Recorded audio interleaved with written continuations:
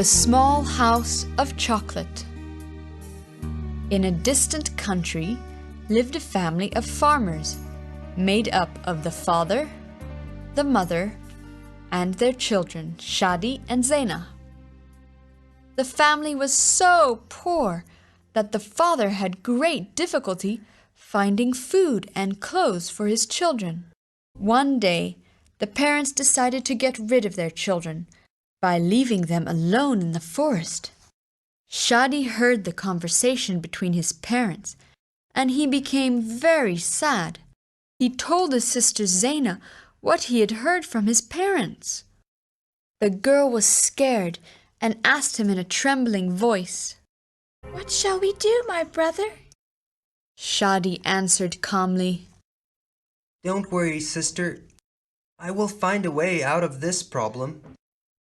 The next day, the father took his children into the forest. On the way, Shadi dropped some dry breadcrumbs so he can find his way back home easily. The father left his children in the middle of the forest and hurried back to the village. When the two children tried to go back home, they didn't find any of the breadcrumbs as the birds had eaten them. The two kids became hopeless, but Shadi encouraged his sister Zaina, saying, "We should stay in control and I'll surely find the way back home." The brother and sister walked for long hours in the forest. Suddenly, they froze when they saw a small house that appeared as a dream.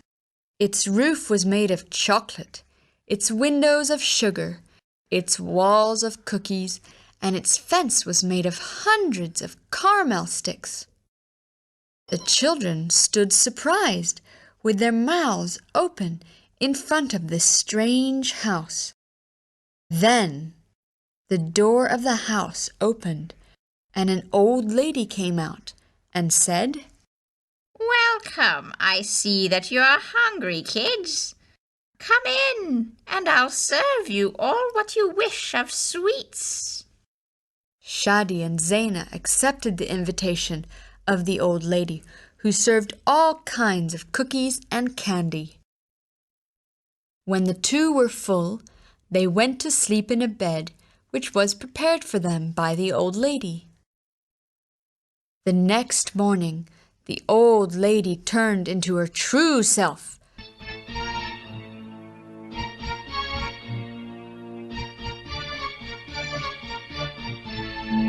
She was a mean witch. She locked Shadi in an iron cage and said in a scary laugh, "When you grow up, I'll sell you at the slave market and get a lot of gold coins in return." Then she went up to Zaina and ordered her to sweep, wash, and clean without stop.